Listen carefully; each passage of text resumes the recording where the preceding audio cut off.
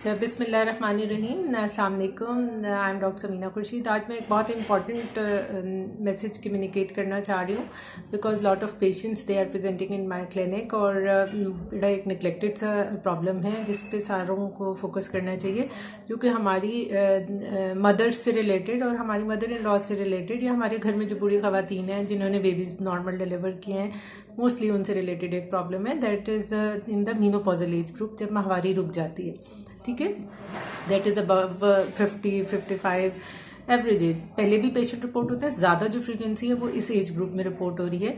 बहुत सारी ख़वातीन रिपोर्ट कर रही हैं 70 ईयर्स में, 65 ईयर्स में कि बच्चेदानी अपनी जगह से खिसक के बाहर आ रही है।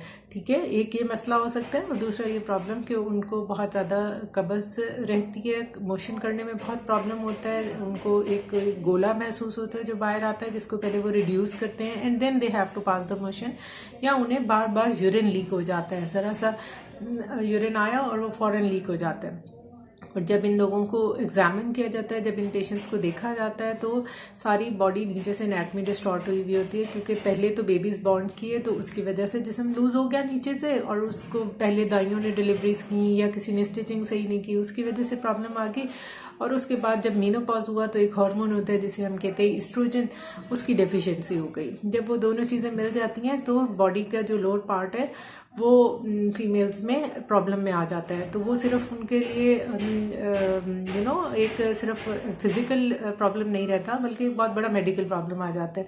तो जिनके भी घरों में ये ख़वातीन मौजूद हैं इस एज ग्रुप में, तो they should ask the question. वो उनसे ज़रूर बात करें, उनसे पूछें, बिकॉज़ ये एज जो है बड़ी डिफ़िकल्ट सी एज होती है। इसमें बेटियों की शादियाँ हो जाती हैं और बेटों की भी शादियाँ हो जाती हैं, सब अपनी अपनी लाइफ में बिजी हो जाते हैं। मदर्स जो होती हैं वो रिलक्टेंट हो जाती हैं किसी से भी अपना पर्सनल सा ये प्रॉब्लम डिस्कस करने के लिए।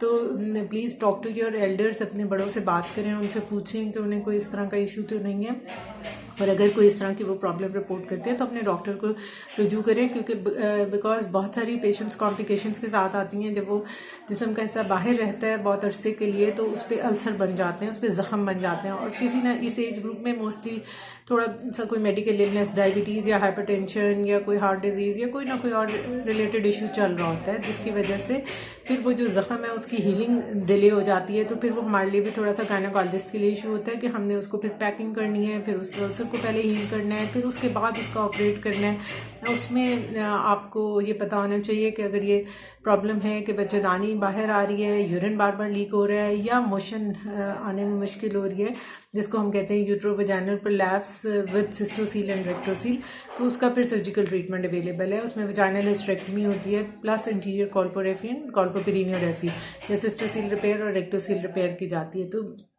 ये कोई लाइलाज मर्ज नहीं है, ये प्रॉब्लम हो सकता है, ये नेचुरल है और इसका ट्रीटमेंट मौजूद है, और उनकी लाइफ बहुत अच्छे से गुजर सकती है, बजाय इसके कि वो सारी लाइफ तकलीफ़ में गुजारे।